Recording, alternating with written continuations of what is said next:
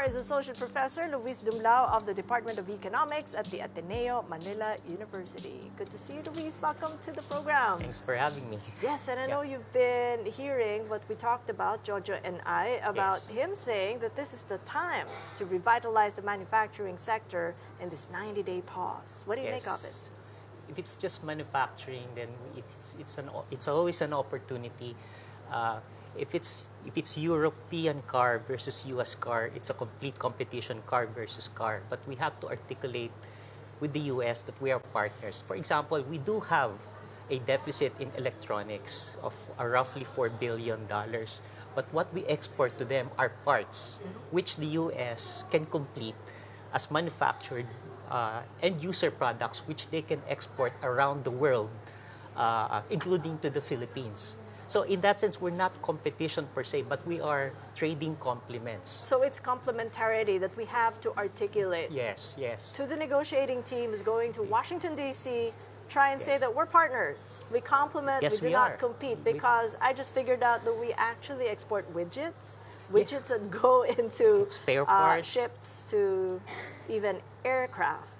And cars. Yes, yes, ignition parts, wires, which they use to manufacture to something of a complete product, which again they can export. We do import from them. We import from them, which is what the second one that we import, over $1 billion is animal feeds, including to pets, and we don't create them. So we're partners. This is something we import from them, but these are something we don't produce and we need. So, and then again, cereals, we import cereals from them. And then the second one is ignition. We export to them ignition. So it's not really, I don't know why, we should sit down basically as partners, not as trade competitors. Right, and that's exactly what Economic Czar Frederick Go is going to do when he visits the U.S. Trade Representative in Washington, D.C. He's looking for a free trade agreement.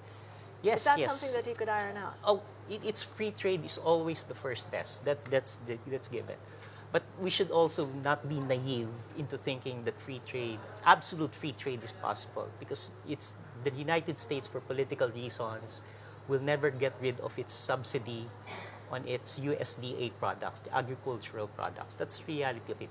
So we have to rely on second best, and that's why we have to sit down together and get to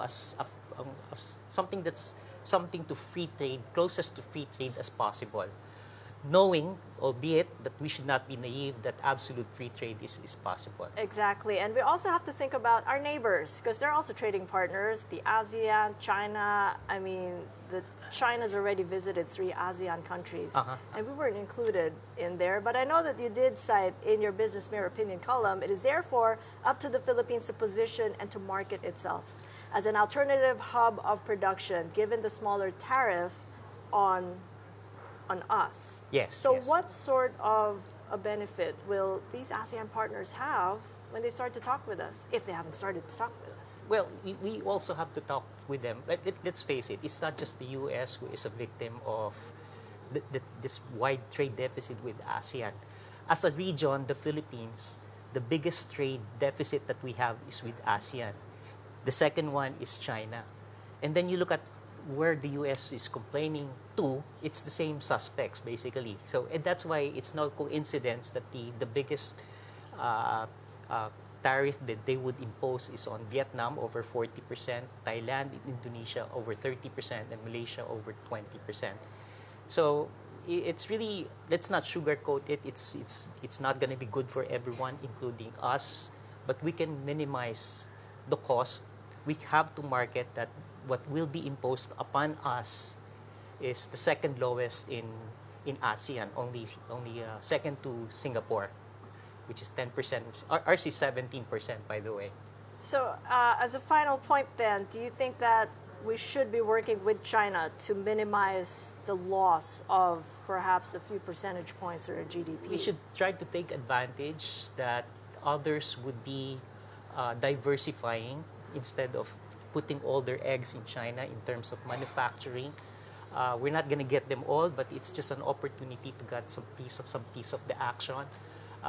We still have to talk with China.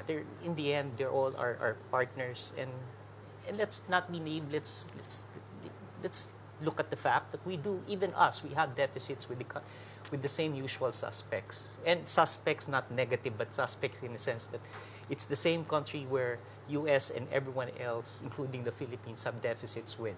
I see. I hear the message there of just talk. Just Yeah. keep talking Yes. to get to a negotiation. Thank you so much, Thank Luis. you. Really appreciate it. Luis Dumlao of Ateneo de Manila University.